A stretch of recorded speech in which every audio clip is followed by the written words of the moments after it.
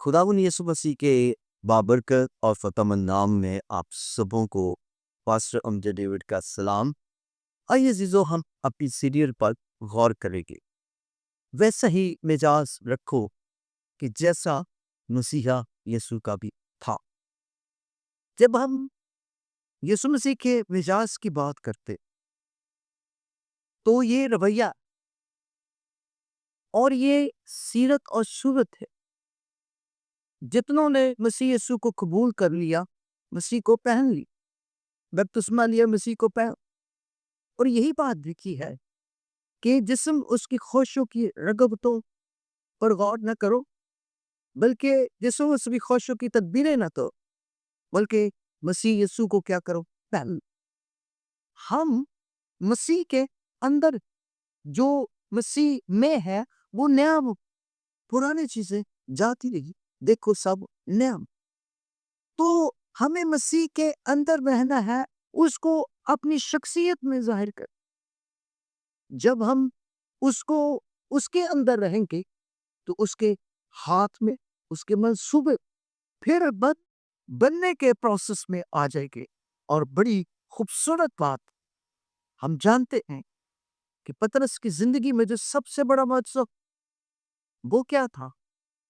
जाल हटने लगे और बड़ा शिकार, और वो कहने लगा, खुदावन यीशु, मैं गुनहगार हूं, इस मौजज़े को देखकर मुझसे दूर चल।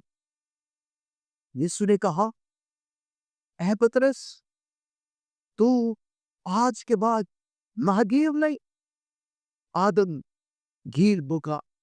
और पतरस उस दिन से खुदा के मंसूबे में आ, खुदावन यीशु मसीह ने उसको ले लिया।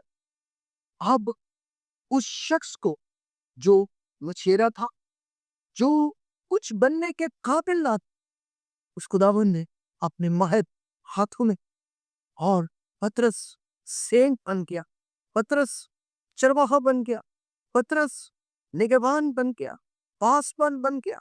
और पतरस की जिंदगी में मसीह आ गया और वो कहता है, सोना चांदी मेरे पास नहीं है, लेकिन जो कुछ मेरे पास है मैं तुम्हें दिए देता। यीशु नासरी के नाम से उठ और क्या का चल। सो हमें मसीह को अपनी जिंदगी में लेना है और उसमें रहना है, उसको जाहिर करना है। उसकी ज़ाहरी सूरत, उसका रवैया है, मिजाज है, गुफ्तगू है। और पतरस का रवैया बदल गया और वो मसीह के लिए मसलूब होने के लिए तैयार हो गया। और मसीह की मानव, मसीह सलीब पर मसलूब हुआ, उसको भी सलीब पर लटका कर मार दिया गया। अब उसको उल्टा सलीब दिया गया, लेकिन उसकी बोली, उसका मिजाज, उसके मुंह में खुदा का कलाम था। और बड़े रसूल उस वक्त बड़े फकीह फरीसी सरदार का कहते ये अनपढ़ शख्स है।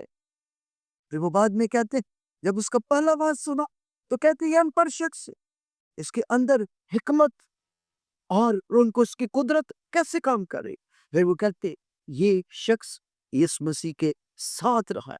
जो यीशु के साथ रहता है, जिसके अंदर यीशु रहता है, वो यीशु की मानद बन जाता है। God bless you. खुदावंद आप सबको बरकत दे। आमीन।